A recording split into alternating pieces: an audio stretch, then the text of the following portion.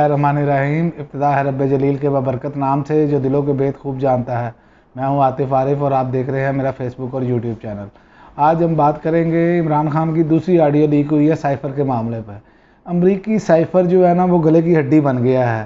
اس imported حکومت کی گلے کی ہڈی سمجھیں کہ وہ بن چکا ہے۔ یہ سمجھ رہے ہیں کہ عمران خان کو اس کا نقصان ہو رہا ہے، جبکہ عمران خان کو اس کا فائدہ ہو رہا ہے، کیونکہ عمران خان کا تو بیانیہ ہی امریکی سائفر پر ہے، اور عمران خان نے امریکی سائفر پر 5 ماہ لگا دیے ہیں بات کرتے ہوئے، اور لوگوں کے دماغوں پہ وہ ذہن نشین ہو چکا ہے کہ یہ امریکی سائفر ہے کیا تھا، آیا کیسے۔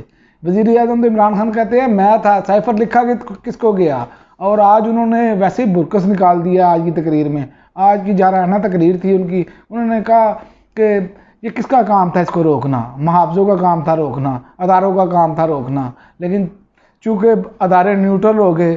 لیکن ایسا ہوتا نہیں ہے، ایسا کبھی بھی نہیں ہوتا دنیا میں، کہ کسی بھی ملک میں نہیں ہوتا کہ بیرونی اگر کوئی مسئلہ ہو یا موجودہ حکومت ہو اور موجودہ حکومت کے خلاف اگر کوئی اقدامات کیے جا رہے ہوں اور باہر سے ہو رہے ہوں، مداخلت ہو رہی ہو، تو ادارے اس کو روکتے ہیں، ادارے حرکت میں آتے ہیں، کیونکہ اداروں کے لیے سب سے پہلے اپنا ملک ہوتا ہے، اپنے ملک کے اندرونی معاملات ہوتے ہیں، اور یہی بات عمران خان بار بار کر رہے ہیں۔ اور یہ آڈیو لیکس کر کے جی عمران خان یہ آرڈر دے رہے ہیں، وہ آرڈر دے رہے ہیں۔ بھائی کوئی بتائے نا کوئی غیر قانونی آرڈر دیا اور اس پر عمل درآمد ہوا ہو، ایسا نہیں ہے۔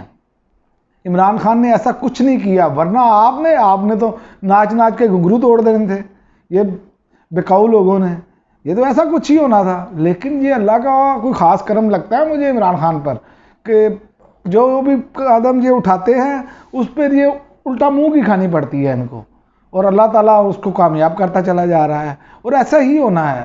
آپ دیکھیں نا حال کیا ہے ہمارے نظام کا، نظام کی حالت تو بہت پتلی ہے ہماری، کہ کچھ بھی سمجھ نہیں آ رہا کہ اس نظام میں ہوگا کیا۔ وہ جہاد کی بات کرتے ہیں، وہ جد و جہد کی بات کرتے ہیں، یہاں پر ہمارے یہاں مسئلہ صرف ہے جہاد صرف قتال کو ہی سمجھا جاتا ہے۔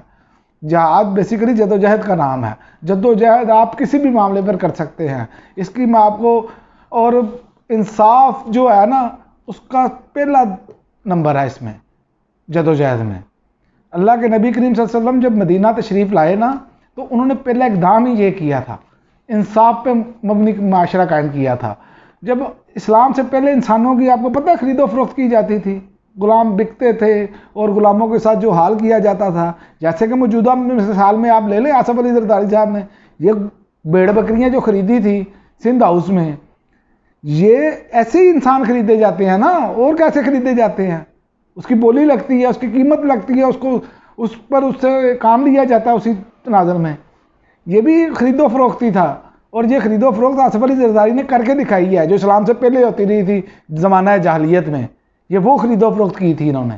اور دوسری میں آپ کو بات بتاتا چلوں کہ اسلام کے آنے سے پہلے بیٹیاں زندہ دفن کر دی جاتی تھیں، بیٹیوں کو ایک جرم سمجھا جاتا تھا۔ نبی کریم صلی اللہ علیہ وسلم کی ذات مبارک نے اس کو ختم کیا، معاشرے میں بتایا کہ انسان کا جو مقام ہے وہ چاہے مرد ہے یا عورت ہے، اس کا کچھ مقام ہے، ہر ایک کے حقوق ہیں۔ یہ نبی کریم صلی اللہ علیہ وسلم کی ذات مبارکہ نے آ کر ان لوگوں کو اس دنیا کو بتایا، اس سے پہلے جو حالت تھی وہ یہ نہیں تھی۔ اور میں ایک اور آپ کو بات بتاؤں، اسلام میں امیر اور غریب کے فرق کو قانون کے مطابق ختم کیا گیا، کہ یہ نہیں ہے کہ قانون جو ہے وہ امیر کے لیے علیحدہ ہوگا اور غریب کے لیے علیحدہ ہوگا۔ اس کے لیے ایک بہت ساری مشہور ایک حدیث موجود ہے، اور وہ تمام کتابوں میں بھی آتی ہے، عمران خان بھی اکثر اس کا ذکر کرتے ہیں، کہ ایک لڑکی جس کا نام فاطمہ تھا، اس پر چوری کا الزام تھا، آپ نے اس کے ہاتھ کاٹنے کا حکم دیا، اس پر سفارش کروائی گئی حضرت اسامہ بن زید سے، اور انہیں کہا گیا کہ آپ چونکہ نبی کریم صلی اللہ علیہ وسلم بہت محبت کرتے تھے حضرت اسامہ بن زید سے، اور ان سے کہا گیا کہ آپ سفارش کریں نبی کریم صلی اللہ علیہ وسلم سے۔ آپ نے جب حضرت اسامہ نے سفارش کی تو نبی کریم صلی اللہ علیہ وسلم کی ذات مبارکہ نے فرمایا، اسامہ تم اس بات پر سفارش کر رہے ہو جس پہ اللہ کی ایک حد ہے، اور اللہ کی حدود میں سے ایک حد پہ سفارش کر رہے ہو۔ فرمایا کہ تم سے پہلے امتیں ایسے ہی تباہ ہوئی کہ انہوں نے امیر کے لیے علیحدہ قانون اور غریب کے لیے علیحدہ قانون بنایا۔ جب امیر چوری کرتا تھا اس کو کچھ اور سزا ہوتی تھی، اس کو چھوڑ دیا جاتا تھا، جب غریب چوری کرتا تھا تو اس کو پکڑ لیا جاتا تھا۔ تو اسلام نے تو یہ سارے فرق ختم کیے، اور ہمارا ملک جو ہے وہ مسلمان ملک ہے، لا الہ الا اللہ کے نام پہ حاصل کیا۔ کوئی بتا دیں کوئی ایک چیز بھی ہمارے اندر اسلام والی موجود ہے قوانین میں؟ کوئی موجود نہیں ہے، اگر ہے بھی تو امپلیمنٹیشن نہیں ہے، اس پر نافذ ہی نہیں کیا جاتا۔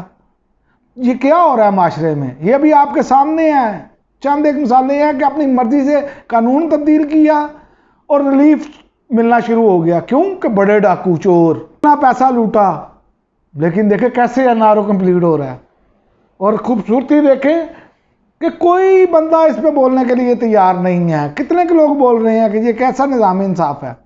اور بھائی یہ نظام انصاف ٹھیک ہوگا تو آگے کام چلے گا۔ اسلام میں ایسی کوئی گنجائش نہیں ہے، سب سے پہلے انصاف۔ جب انصاف قائم ہوگا سب کے لیے تو معاملات خود بخود سب کے لیے بہتر۔ جب امیر آدمی کو پتہ ہوگا اگر میں غلط کام کروں گا تو پکڑ میں آؤں گا، قانون کی گرفت میں آؤں گا، ایسے ہی جیسے غریب آدمی کو احساس ہوتا ہے۔ لیکن یہاں پر تو ایسے نہیں ہے، امیر آدمی کو پتہ ہے میں نے پیسے کے بلبوتے پر چھوٹ جانا ہے، مجھے رہائی مل جانی ہے، میں کوئی نہ کوئی طریقہ استعمال کر لوں گا، جیسے کہ ابھی طریقہ کار استعمال کیا اس امپورٹڈ حکومت نے، یہی تو طریقہ استعمال کیا گیا، اور معاشرے کا بیڑا غرق کر رہے ہیں یہ لوگ۔ یہ آپ کو اندازہ نہیں ہے، ہماری آنے والی نسلوں کا بیڑا غرق کر رہے ہیں یہ لوگ، صرف اپنے ذاتی مفاد کی خاطر۔ اللہ کے عذاب کو ہم دعوت دے رہے ہیں اس پر۔ اللہ کا عذاب آئے گا اگر ہم ابھی بھی اپنے ہوش کے ناخن نہ لیے تو، کیونکہ جو قومیں غریب کے ساتھ قانون اور ہوگا، غریب کو پستا چلا جائے گا غریب، تو پھر ایسے ہی ہوگا۔ ہم خود دعوت دے رہے ہیں کہ ہمارے ساتھ ایسا ہو۔ خدا را ابھی بھی وقت ہے، ابھی بھی سنبھل جائیں۔ آپ چلے جائیں کسی دکان پر، دو دکانیں ساتھ ساتھ ہوں گی، ایک کے پاس آپ چیز لینے چلے جائیں، اسی چیز کو دوسری دکان سے لینے جائیں گے، وہی سیم چیز جو ہے ریٹ اور ہوگا، سیم قیمتیں نہیں ہوں گی۔ کون پوچھے گا؟ یہ کیسا نظام ہے؟ کس نے اس نظام پہ امپلیمنٹیشن کرانی ہے؟ ادارے کیا کر رہے ہیں؟ جس کی لاٹھی اس کی بھینس، یہ وہ والا قانون ہے۔ پھر اس سے تو بہتر تھا آئین نہ لکھتے، آئین ضرور اتنا لمبا لکھنا تھا، صرف اتنا لکھ دیتے جس کی لاٹھی اس کی بھینس، بات ختم۔ اور یہی ہو رہا ہے، اب تک ایسا ہی ہوتا چلا جا رہا ہے۔ دیکھیں آپ، ساگڈار صاحب باہر سے آئے، بغیر سرنڈر کی یہ حلف اٹھایا انہوں نے، 3 سال ان کی سیٹ خالی رکھی گئی، اور اب وزیر خزانہ بنا دیا گیا۔ واہ جی واہ، سبحان اللہ، کیا قانون ہے اس ملک کا۔ بنانا ریپبلک میں بھی ایسا نہیں ہوتا۔ اور پھر کہتے ہیں کہ جی ہمارے ساتھ تو ظلم ہوا۔ اور بھائی ظلم ہوا تو یہ تو کوئی طریقہ کار نہیں ہے نا کہ اقتدار میں آئیں گے تو کیسز ختم ہونے شروع ہوں گے۔ آپ اقتدار سے باہر تھے تو اس وقت تو کیسز نہیں ختم ہوئے آپ کے، کیونکہ آپ کا زور نہیں چل رہا تھا۔ عمران خان اکیلا آپ کو چیلنج کر رہا تھا، اور آج بھی عمران خان ہی آپ کو چیلنج کر رہا ہے۔ اور بات ہم نے شروع کی تھی سائفر تھے، سائفر جو ہے ابھی کچھ دن پہلے، ابھی گزشتہ روز امریکہ نے بیان دیا جی ہم نے حکومت نہیں گرائی، اور اگلے دن آڈیو لیک ہو گئی کہ سائفر کے والے سے۔ مجھے بتائیں کہ یہ آپ امریکہ کی مدد کر رہے ہیں یا عمران خان کی مدد کر رہے ہیں؟ مجھے تو سمجھ نہیں آ رہی، یہ کیا ان کے دماغوں میں بھوسا پڑا ہے؟ یہ آپ عمران خان کی مدد کر رہے ہیں، یہ آپ کون سی سیاست کر رہے ہیں؟ اور میں بتاؤں آپ کو، اللہ عمران خان کو سرخرو کرتا چلا جا رہا ہے۔ یاد رکھیں میری بات، یہ آخری راؤنڈ ہے، آخری مراحل میں ہے یہ، اور یہ آخری مراحل جو ہے اس پہ عمران خان کی جیت یقینی نظر آ رہی ہے۔ یہ جو آپ نے نئے نئے طریقے آزمائے ہیں نا، یہ طریقے ویسے ہی رہ جانے ہیں دھرے کے دھرے۔ اللہ تعالیٰ کا بھی ایک قانون ہے، اس نے حرکت میں آنا ہے۔ جو غریب کا حال ہے وہ آپ جانتے نہیں ہیں، کیونکہ آپ محلوں میں رہتے ہیں۔ آپ کو کیا پتا ہو کہ جس بندے نے بائک میں 250 کا پیٹرول ڈلوانا وہ کیسے ڈلواتا ہے؟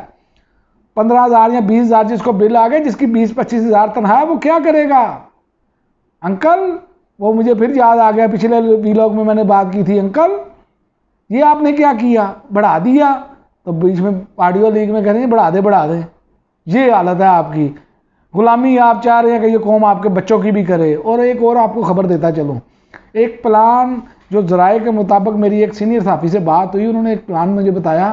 وہ مجھے کہتے ہیں، کیونکہ میں ظاہر ہے حمایت کرتا ہوں عمران خان صاحب کی، کلیئر آ کے ویلاگ میں حمایت کرتا ہوں۔ انہوں نے مجھے فون کر کے بتایا، انہوں نے کہا تم جتنی مرضی حمایت کر لو، اگلا وزیر اعظم بلاول بھٹو ہے۔ میں کہا اللہ معاف کر دو یار، قیامت کی نشانیاں ہیں۔ کہ بلاول بھی اب ہمارا وزیر اعظم ہوگا، اسی لیے ٹرانسجنڈر بل لائے آپ؟ کوئی خدا کا واسطہ، ہاتھ باندھ کر کھڑے ہونے والے لوگ، سندھ کے اندر کیا حالت کر دی آپ نے؟ سندھ میں کسی بندے کے پاس جو ہے سلابت خان کے پاس بیرونی امداد براہ راست نہیں پہنچی۔ کوئی آپ ویڈیو نکال کے دکھائیں، وڈیروں کے گھروں میں جا رہی ہیں، بیچارے لوگوں کا برا حال ہے، کیا ان کی آہیں ایسے جائیں گی؟ یاد رکھیں جو مظلوم کی آہ ہے نا، اللہ کا عرش کانپ اٹھتا ہے اس پر۔ انشاءاللہ تعالیٰ آپ الٹی گنتی، یہ میرے آج کے 20 لوگ میں سے آپ یہ نوٹ کر لیں، الٹی گنتی شروع ہو چکی ہے، اب اللہ کا کوڑا ضرور برسے گا۔ اب تک کے لیے اجازت دیجیے، اللہ حافظ، پاکستان زندہ باد۔